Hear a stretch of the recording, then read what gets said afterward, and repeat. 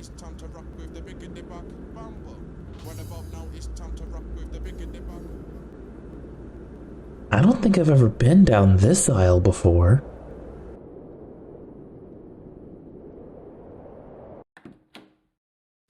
The halls of Spencer Mansion are quiet, tense, opulent, bizarre, detailed, and otherworldly. In other words, the world of Resident Evil 1 Remake is filled with an atmosphere that forms together in a way that is both beautiful and terrifying. Every time I enter a new room, I'm met with so many different fascinating things that I just get stuck soaking it all in. The camera angles, the textures, the sound design, everything gives Spencer Mansion character, and it helps to make me feel as if I'm truly there.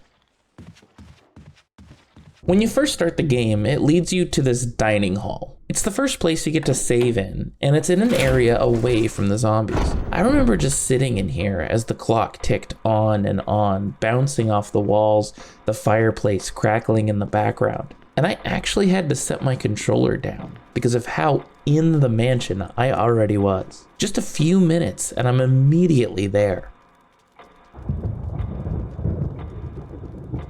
And then there's the bird room.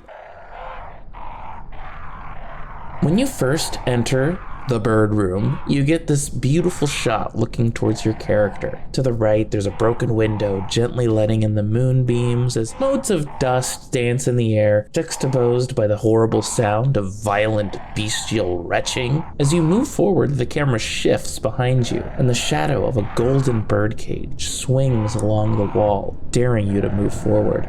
And you do, and it's fine. There's crows sitting along the top of the screen cawing at you, but they don't do anything. I've heard of this as one of the best games of all time, and I didn't understand it at first, but I'm 9 hours in and not even close to halfway through, maybe like a fourth. And I gotta say, this game deserves all the recognition it's received and more. Where Resident Evil Remake fills in the spaces with details to ground you into the space, Silent Hill does the opposite. You stumble around in the dark, hoping to find some semblance of a puzzle. While you fumble with your character as the fog heavily obscures your vision, there's a siren blazing in the background, signaling something awful heading your way. The horror of Silent Hill is in not knowing. What's in that trash chute? What's down that mysterious, awful hole? Is this character I'm talking to going to snap and hurt me? Am I losing my mind? Fog, darkness, and hastily scrawled maps bring you into the confusion of your character. This game draws the player into its horrible industrial world through emotion and feeling, giving you just enough bits of information to know that you know nothing, yet you must trudge on towards some unknown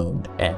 In the movie Eraserhead, Henry, the protagonist, is clearly going through something, but we don't quite know what. And honestly, the movie doesn't seem to be very keen about explaining itself until we finally have a chance to see the baby. That infamous, frightening little scamp. Again, an expressionist world of industrial screeching and low, deep humming. Confusing set design of dirt piled on dressers and squirrel-cheeked women singing in radiators, and that darn screaming baby.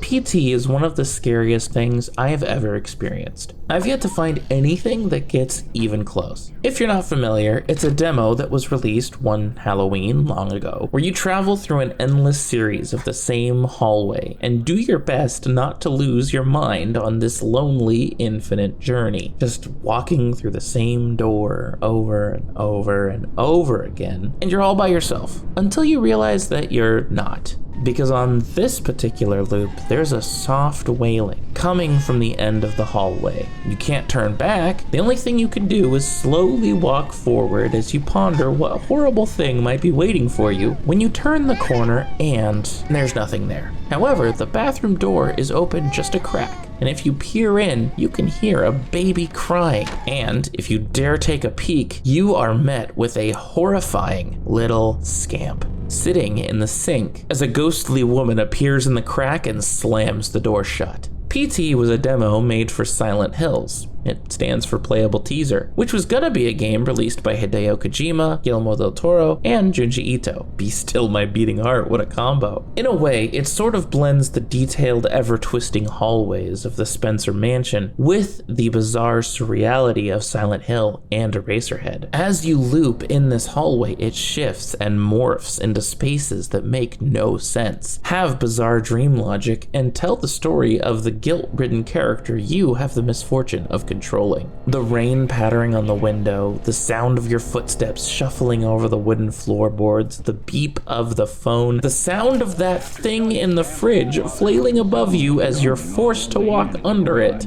The sound design of this game is truly baked straight into my ears at this point. And then there's the part that got me. Okay, so the demo isn't the same every time you play it. I don't know the full details of it. As far as I think, the ghost, Lisa, seems to have an interesting AI that acts differently depending on the playthrough. Meaning you can go through the demo multiple times and you'll see different outcomes. So there's this part where you walk down a hallway. Right, okay, I know, but this time it was different. I went towards the door all the way at the end of the loop, but I decided I wanted to check something out first. No big deal. I've been in this situation about 5 or 6 times by this point, so I turn around not thinking much when there she was, standing just behind me. And that was game over. It was a jump scare, but there was no loud screaming. There was no big noise that caught me off guard. I just turned around and there was Lisa where she had never been before, and as far as I knew, was not supposed to be.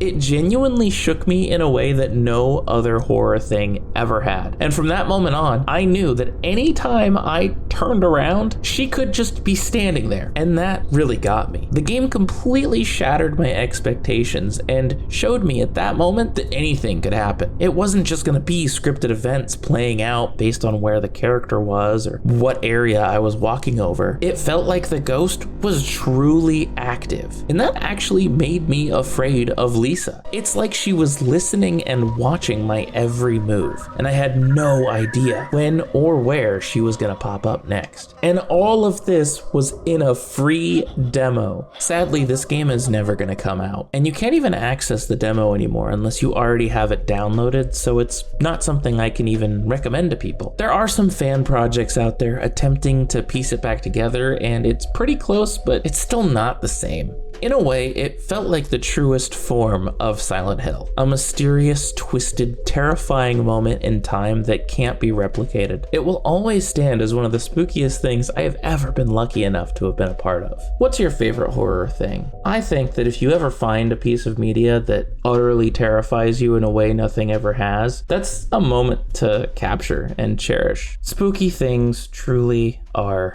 the best. Oof. Oh, hey Oodley.